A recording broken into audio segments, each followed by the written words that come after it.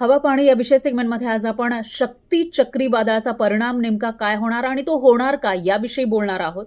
आणि त्याचबरोबर हवामान अभ्यासक पंजाबराव डक यांचा याविषयीचा अंदाज नेमका काय आहे, ते शेतकऱ्यांना काय सांगू इच्छितात आणि कुठे पावसाचा इशारा आहे याविषयी पंजाबराव डक यांचा अंदाज नेमका काय सांगतो तेही आपल्याला पाहायचं आहे. मात्र सगळ्यात आधी शक्ती चक्रीवादळ ज्याच्यामुळे समुद्र खवळणार आणि महाराष्ट्रामधील किनारपट्टी भागामध्ये मोठ्या प्रमाणामध्ये मुसळधार पाऊस पडणार असा अंदाज वर्तवण्यात आला होता. विशेषतः मुंबई असेल, पालघर असेल किंवा इकडे रत्नागिरी, सिंधुदुर्ग या ठिकाणी सुद्धा मोठ्या पावसाची शक्यता वर्तवण्यात आली होती. हाय अलर्ट देण्यात आला होता.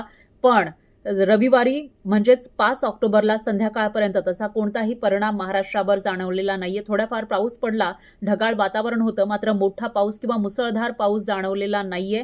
आणि विदर्भ असेल किंवा मराठवाडा या ठिकाणी पाऊस पडलेला आहे. पण महाराष्ट्रावर जेवढं म्हटलं जात होतं तेवढा या शक्ती चक्रीवादळाचा परिणाम रविवारी दिसलेला नाही आणि त्याचबरोबर सोमवारी सुद्धा याचा म्हणावा तसा परिणाम दिसलेला नाहीये. सोमवारपासून तर हे शक्ती चक्रीवादळ पुढे सरकत गेलं आहे. त्यामुळं आता धोका हा गल्फ कंट्री जे अरब देश आहेत त्या देशांना निर्माण झाल्याचं दिसतंय. ओमानमध्ये मोठ्या प्रमाणामध्ये पाऊस पडलेला होता आणि त्याचबरोबर इतरही अरब कंट्रीजला याचा धोका निर्माण झाल्याचं पाहायला मिळतंय. त्यामुळं आता हे चक्रीवादळ नेमकं सध्या कुठे आहे आणि ते किती दूर आहे महाराष्ट्रापासून, किनारपट्टीपासून, ते समजून घेण्याचा प्रयत्न आपण सगळ्यात आधी करूयात. विंटू स्काय नावाची ही वेबसाईट आहे आणि या वेबसाईटवर जर आपण बघितलं तर हा आहे भारताचा किनारपट्टीचा हा भाग अरबी समुद्राच्या आजूबाजूचा आपल्याला दिसतोय. आणि अरबी समुद्रामध्ये हा जो शक्ती चक्रीवादळ आहे ते दूरपर्यंत गेलेला आहे. 6 तारखेची ही स्थिती आपण बघतोय. आणि त्याचबरोबर 7 तारखेला जर आपण बघितलं, 7 ऑक्टोबरला, तर तेव्हा सुद्धा हे शक्ती चक्रीवादळ महाराष्ट्रापासून दूरच आहे. म्हणजे आता तो धोका टळलेला आपल्याला दिसून येतोय. आणि त्यानंतर महाराष्ट्रामध्ये नेमकं सकाळच्या सुमारास, सकाळी 11:30च्या सुमारास कुठे पाऊस पडू शकतो हे समजून घेण्याचा प्रयत्न आपण करूयात. तसं बघितलं तर शक्ती चक्रीवादळ हे दूर आहे महाराष्ट्रापासून, किनारपट्टीपासून. मात्र किनारपट्टी भागामध्ये थोडाफार पाऊस पडण्याची शक्यता आहे 7 तारखेला सकाळी 11:30च्या सुमारास. आणि त्याचबरोबर विदर्भामध्ये आणि मराठवाड्यामध्ये काही ठिकाणी थोडाफार पाऊस पडण्याची शक्यता आहे. तुरळक असा हा पाऊस असेल. त्यानंतर 7 तारखेला जर आपण संध्याकाळच्या सुमारास बघितलं तर संध्याकाळी सुद्धा महाराष्ट्रामध्ये जर बघितलं तर मोठा पाऊस पडण्याची शक्यता कमीच आहे. फक्त मालेगाव असेल, धुळे, त्याचबरोबर इकडे साक्री आहे, नवापूर आहे, शिरपूर, चोपडा हा जो भाग आहे या ठिकाणी थोडाफार पाऊस पडण्याची शक्यता आहे. त्याचबरोबर इगतपुरी या ठिकाणी सुद्धा पाऊस पडण्याची शक्यता आहे. खोपोली, महाड इथंही पावसाचा अंदाज आहे. चिपळूणमध्येही थोडाफार पाऊस पडण्याची शक्यता आहे. पण सगळ्या ठिकाणी जर आपण बघितलं तर तिथं पावसाचे ढग आपल्याला दिसत नाहीयेत. ही झाली सकाळी 11:30ची, रात्री 8:30ची ही स्थिती आहे. म्हणजे 7 तारखेला तसा पावसाचा अंदाज महाराष्ट्रामध्ये नाहीये. आणि एकूण शक्ती चक्रीवादळाचा जो धोका आहे तो टळलाय असंच आपल्याला म्हणावं लागेल. आता 8 तारखेची स्थिती आपण बघितली तर 8 तारखेला सुद्धा महाराष्ट्रामध्ये पावसाची स्थिती ही कमीच दिसतीये. त्याच्यामध्ये काही ठिकाणी थोडाफार पाऊस पडू शकतो. जळगावमध्ये सकाळी 11:30च्या सुमारास 8 ऑक्टोबरला पाऊस पडण्याची शक्यता आहे. आणि इकडे नंदुरबारचा काही भाग असेल किंवा दुसरा जो भाग आहे तिथं आपल्याला अकोलाचा काही भाग आहे, अकोला मध्ये थोडाफार पाऊस पडण्याची शक्यता आहे. चंद्रपूरमध्ये थोडाफार पाऊस पडू शकतो. आणि इकडे आपण बघितलं तर महाराष्ट्रामध्ये मराठवाडा असेल किंवा पश्चिम महाराष्ट्र आहे किंवा मध्य महाराष्ट्र, उत्तर महाराष्ट्र या ठिकाणी पावसाची शक्यता थोडी कमीच आहे. कोल्हापूर जिल्ह्यामध्ये थोडाफार पाऊस पडण्याचा अंदाज आहे. त्यानंतर संध्याकाळच्या सुमारास बघितलं तर त्यावेळेला पुणे, बारामतीचा हा जो परिसर आहे, चिपळूण आहे, कोल्हापूर या ठिकाणी थोडाफार पाऊस पडण्याची शक्यता आहे. आणि त्याचबरोबर मालेगाव, जळगाव असेल किंवा छत्रपती संभाजीनगर, अहिल्यादेवीनगर या ठिकाणी थोडाफार पाऊस हा पडू शकतो. ही झाली संध्याकाळी 8:30ची स्थिती.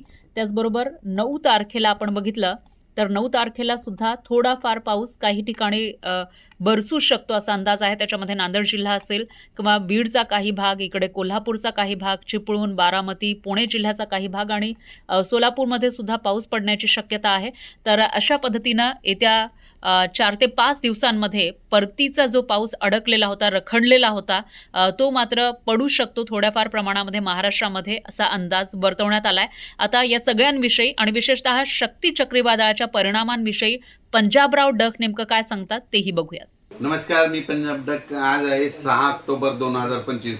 काय झालं राज्यामध्ये, काय झालं की पावसाचं म्हणजे बऱ्याच ठिकाणी पाऊस सुरू आहे. तर राज्यातल्या शेतकऱ्याचं सोयाबीन काढून चालू आहे. आणि त्याच्यामध्ये काय झालं, एक टी व्हीमध्ये बातमी फिरत आहे की एक शक्ती चक्रीवादळ येणार आहे. तर राज्यातल्या शेतकऱ्याला सांगू इच्छितो की तसं काही एखादं चक्रीवादळ आपल्याकडे काही येणार नाही, त्याच्यामुळे काही चिंता करायची गरज नाही. राज्यातल्या सर्व शेतकऱ्याला सांगू इच्छितो की 6 ऑक्टोबर, 7 ऑक्टोबर आणि 8 ऑक्टोबरच्या दरम्यान राज्यामध्ये काय होणार आहे, पूर्व विदर्भ, पश्चिम विदर्भ, दक्षिण महाराष्ट्र, उत्तर महाराष्ट्र, कोकणपट्टी, खानदेश, मराठवाडा इकडे काय होणार आहे, सगळीकडे भाग बदलत बदलत दररोज वेगवेगळ्या ठिकाणी पाऊस पडणार आहे. म्हणून हा अंदाज लक्षात घ्या. आज देखील तुम्हाला एक 6 ऑक्टोबर आहे ना, आज देखील पूर्व विदर्भामध्ये वर्धा जिल्हा, नागपूर, भंडारा, गोंदिया, चंद्रपूर, यवतमाळ, अमरावती, अकोला, बुलढाणा त्या परिसरामध्ये काय होणार आहे, पाऊस पडणार आहे. म्हणून हे अंदाज लक्षात घ्या.